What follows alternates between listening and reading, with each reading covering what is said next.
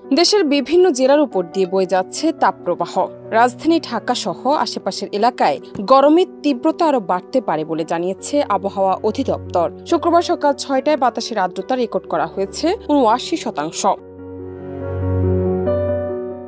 চট্টগ্রাম ও সিলেট বিভাগের দু-এক জায়গায় শনিবার অস্থায়ীভাবে দমকা হাওয়া সহ বৃষ্টি অথবা বজ্রসহ বৃষ্টি হতে পারে। সে সঙ্গে দেশের অন্যত্র অস্থায়ীভাবে আংশিক মেঘলা আকাশ সহ সারা দেশের আবহাওয়া প্রধানত শুষ্ক থাকতে পারে।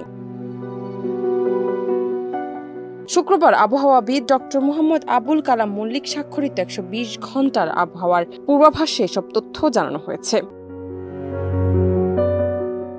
পরবর্তী ২৪ ঘণ্টার পূর্বাভাসে বলা হয়েছে, অস্থায়ীভাবে আংশিক মেঘলা আকাশ সহ সারা দেশের আবহাওয়া প্রধানত শুষ্ক থাকতে পারে। এছাড়া ঢাকা, টাঙ্গাইল, ফরিদপুর, রাজশাহী, পাবনা, সিরাজগঞ্জ, দিনাজপুর, নীলফামারী, রাঙামাটি, ফেনী, লক্ষ্মীপুর, যশোর ও চুয়াডাঙ্গা জেলাগুলোর উপর দিয়ে মৃদু থেকে মাঝারি ধরনের তাপপ্রবাহ বয়ে যাচ্ছে এবং তা অব্যাহত থাকতে পারে। সারা দেশে দিন এবং রাতের তাপমাত্রা প্রায় অপরিবর্তিত থাকতে পারে।